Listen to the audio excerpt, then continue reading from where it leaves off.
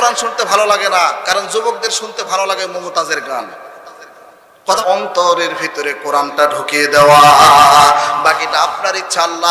আল্লাহ আসমান থেকে ডাক দিয়ে বলতেছে, রে ভাইজি তুই কোনো টেনশন করিস না, আমি আল্লাহ রব্বুল আলামিন ওই মহিলার অন্তরের ভিতরে ছোট ছোট করে আল্লাহর তাসির ঢুকিয়ে দিতেছি। নারে তাকবীর। সম্মানিত হাজিরিন, এইবার যখন বাইজিদ বুস্তামি নামাজ শেষ করে প্রথম যখন কোরআন হাতে নিলেন, প্রথম তার একটা কালমা, এটা প্রথম তার একটা আল্লাহর ইচ্ছা। এইবার বাইজিদ বুস্তামি যখন কোরআনটা বের করে বলতেছেন, আলিফ লাম মিম যালিকাল কিতাবু লা রাইবা ফীহি হুদাল লিল মুত্তাকিন।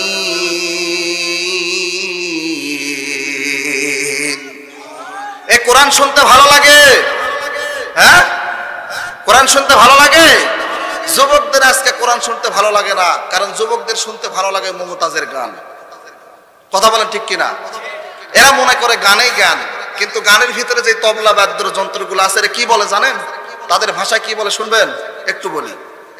এই যে গানের ভিতরে যে হারমোনিয়ামটা ব্যবহার করে না, হ্যাঁ, এই হারমোনিয়াম বলে যে প্যাপো করে, যেটা বোঝেন নাই। আরেকটা কি আছে, ঢোলক না কি বলে, ওই দুই সাইডে বাড়ি মারে ঢোল। আর একটা আছে ঝনঝনি না কি, এটা এই ঢোলকে বলে দোজক। দোজক কি বলে? ঢোলকে যখন বাড়ি পড়ে তখন ঢোলকের ভাষায় কি বলে? দোজক। দোজক বোঝেন নাই। আর যে ঝনঝনি ওই বলে তিনজন। কয়জন? তিনজন। আর যে হারমোনি সে বলে যে গায়, যে গয়, আর যে শোনে। তার মানে ঢোলকে কি বললো ভাই? দোজক। আর ঝনঝনি কি বললো? তিনজন। আর হারমোনিয়াম কি বলার ভাষায় বলে এই তিনজন, যে গায়, যে গয়, আর যে শোনে। তার মানে এই তিনজনই কোথায় যাবে? এখন বলেন তো, দোজক কি গাইবান্ধার মতো শহর? হ্যাঁ, গাইবান্ধার মতো শহর দোজক? দোজকে যখন আমরা যাব তখন আমাদের অস্তিত্ব থাকবে না। দোজক গাধার মতো গর্জন করবে, এই জাহান্নাম মানুষকে গ্রাস করে ফেলবে। কথাটা বোঝেন নাই? এখন এখানে যদি বলা হয় আপনারা জাহান্নামে কে কে যাবেন, একটা হাত তুলে দেখান তো। একজনে কি হাত তুলবেন? হ্যাঁ। আর এখনো যদি বলা হয় জান্নাতে কে কে যাবেন, সবাই হাত তুলবে, তাই কি না?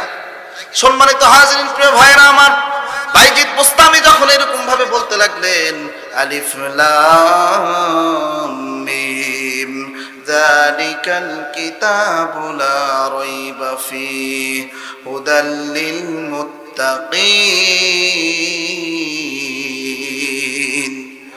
এইরকম ভাবে যখন বলতে লাগলেন, মহিলাটা চিন্তা করতেছে, কিরে বাবা, এত সুন্দর সুর, এত সুন্দর কি কথা, এটা কি পড়ে?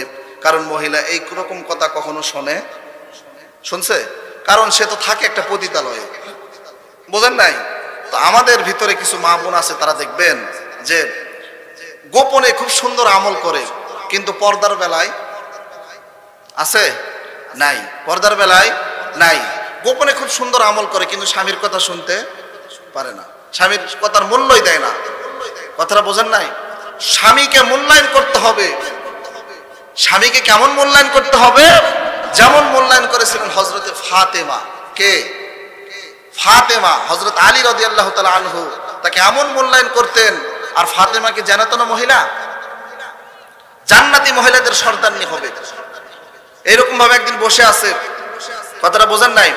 খাদিজা ডাক দিয়ে বলতেছে, নবীজি, ইয়া রাসূলুল্লাহ, ইয়া হাবিবাল্লাহ, জান্নাতে আমার ঠিকানা কোথায় হবে? বলতেছে, সর্বপ্রথম তুমি জান্নাতে যাবে।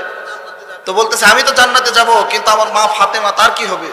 বলতেছে, ফাতেমা জান্নাতে যাবে না। মানে একটু রহস্য করলেন। কি করলেন? খাদিজা ডাক দিয়ে বলতেছে, ইয়া রাসূলুল্লাহ, আমার মা ফাতেমা কেন জান্নাতে যাবে না? সে তো পর্দা করে, সবকিছু মেনটেন করে চলে। নবীজি এবার ডাক দিয়ে বলতেছে, খাদিজা, তোমার মেয়ে ফাতেমা জান্নাতে যাবে, কিন্তু সে শুধু জান্নাতে যাবে না, জান্নাতি মহিলাদের নেত্রী হবে। পড়ুন সুবহানাল্লাহ। সে হবে খাতুনে জান্নাহ। কি হবে? ফাতেমা হবে জান্নাতি মহিলাদের সর্দারনি। এই ফাতেমা কেমন ছিলেন? এই ফাতেমা এমন পর্দা করতেন। একদিন হুজুর পাক সাল্লাল্লাহু আলাইহি সাল্লামকে জিজ্ঞাসা করতেছেন, ইয়া রাসূলুল্লাহ, ইয়া হাবিবাল্লাহ, সর্বপ্রথম আমার আগে কে জান্নাতে যাবে? নবীজি ডাক দিয়ে বলতেছে, রে ফাতেমা, এই জায়গায় এমন একটা মহিলা আছে যে মহিলা তোমার আগে জান্নাতে যাবে। বলতেছে, কে সে? ফাতেমা ডাক দিয়ে বলতেছে, বাবা কে সেই মহিলা? হুজুরে পাক সাল্লাল্লাহু আলাইহি সাল্লাম ডাক দিয়ে বলতেছে, মা ফাতেমা, সেই মহিলাটা হচ্ছে অমুক জঙ্গলে একটা কাঠুরার বউ থাকে, সেই মহিলা আগে জান্নাতে যাবে। যে বলতেছে, কেন? বলতেছে, তুমি গিয়ে খোঁজ নাও। মেয়েদের ভিতরে একটু ঈর্ষা হিংসাগত ঘটনা আছে কিনা নাই? একজন মেয়ে আরেকজন মেয়েকে কি করে? হিংসা করে। ফাতেমা চিন্তা করলো যে আমার আগে জান্নাতে যাবে এই মহিলাটা কে? ফাতেমা যখন এরকম খোঁজ নেওয়ার জন্য ওই জঙ্গলের ভিতরে গেলেন, যাওয়ার পরে কাঠুরার বউকে যখন দরজায় নক করলো, নক করার পরে ভিতর থেকে আওয়াজ আসতেছে, বাহিরে কে? বলতেছে, আমি ফাতেমা।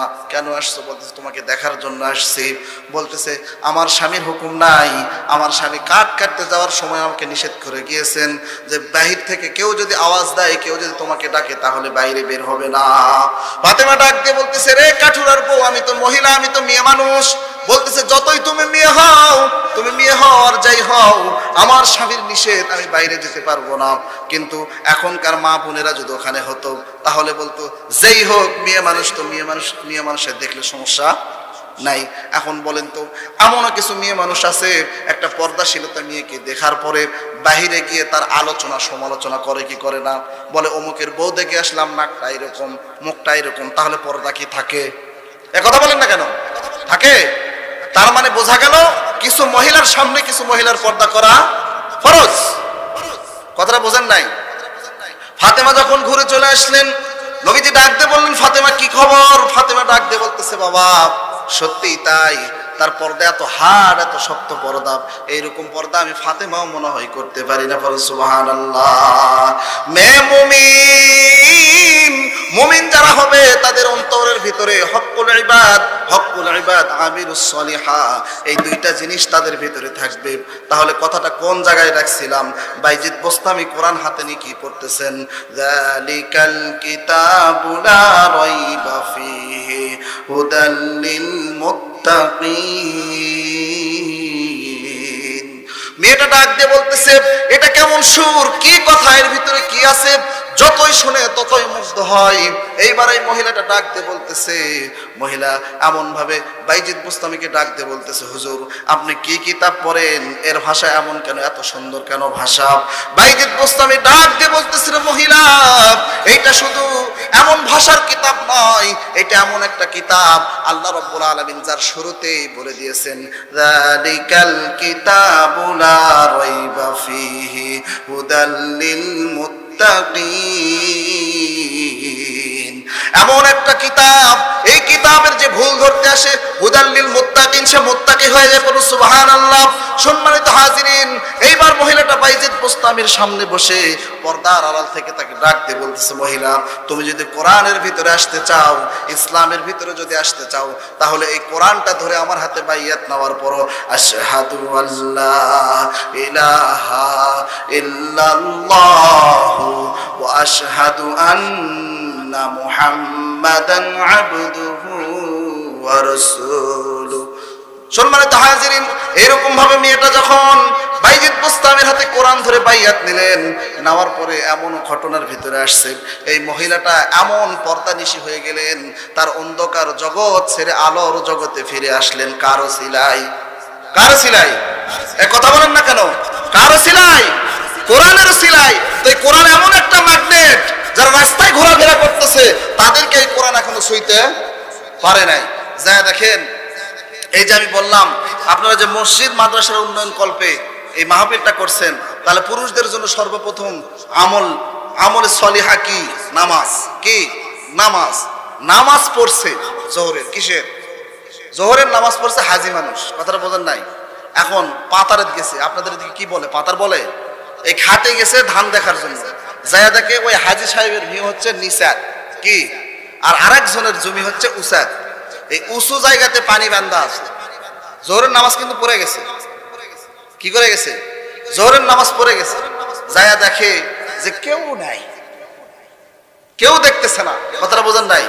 কেউ দেখতেছে না। হাজি সাহেব ওখানে পেশাব করে বসছে। এখন বলেন, নিচে জায়গা হচ্ছে হাজি সাহেবের জমি, আর উপরে একটা আরেকজনের জমি। হাজি সাহেবকে ওখানে পেশাব করে বসছে। আপনাদেরকে এটাই মনে হলো? হ্যাঁ, পেশাব করে বসছে।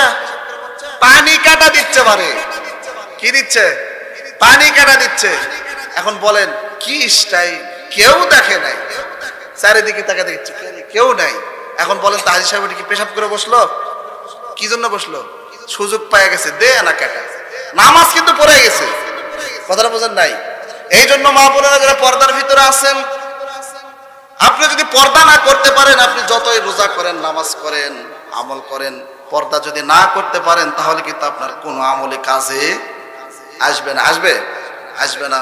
কিন্তু এখানে যারা বসে আছেন, যাদের যুবক ছেলে পেলে আছে, যাদের হাতে মোবাইল আছে, স্মার্টফোন, কথাটা বোঝেন নাই? ছোট্ট বাচ্চা যখন পেশাব করে, মায়ে কি করে? তাড়াতাড়ি পেশাবটা পরিষ্কার করে। কিন্তু আপনার সোলা মারসোল পেশাব করে প্যান্ট ভিজা ফেলে দেয়।